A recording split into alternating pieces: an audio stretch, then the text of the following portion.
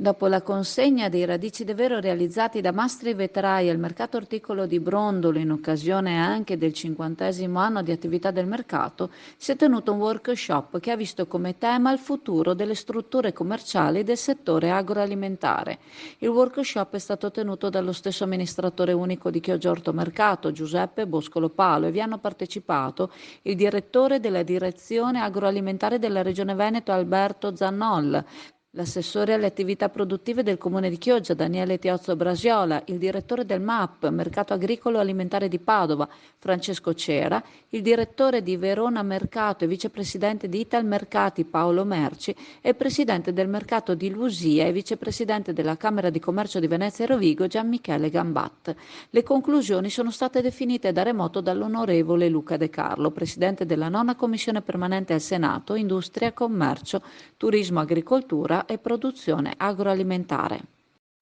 Le strutture che sono state pensate negli ultimi decenni all'unanimità sono state ritenute sorpassate, ma vanno rivalutate integrando vari prodotti, cash and carry, ristoranti, ticket mercantili dove possono convivere prodotti orticoli e ittici. Visto il cambiamento climatico, serve integrare le strutture con apparati che possano garantire la conservazione e serve adeguare le leggi che regolano il funzionamento dei mercati, leggi vecchie e datate sia a livello nazionale che regionale. Serve un controllo su tutta la filiera anche per garantire un giusto prezzo a chi compra e a chi vende, partendo, come afferma Palo, da una giusta remunerazione del produttore. Per farlo si deve cambiare visione, creando una filiera virtuosa e coesa in grado di produrre e commercializzare prodotti di qualità in territori di qualità, passando dalla commodity verso le speciality. Il mercato orticolo deve rimanere attivo e diventare punto di riferimento per il prezzo del radicchio a livello nazionale. Già molte strutture mercatali ortofrutticole, sia all'ingrosso che alla produzione, stanno investendo nello strutturarsi in servizi diversificati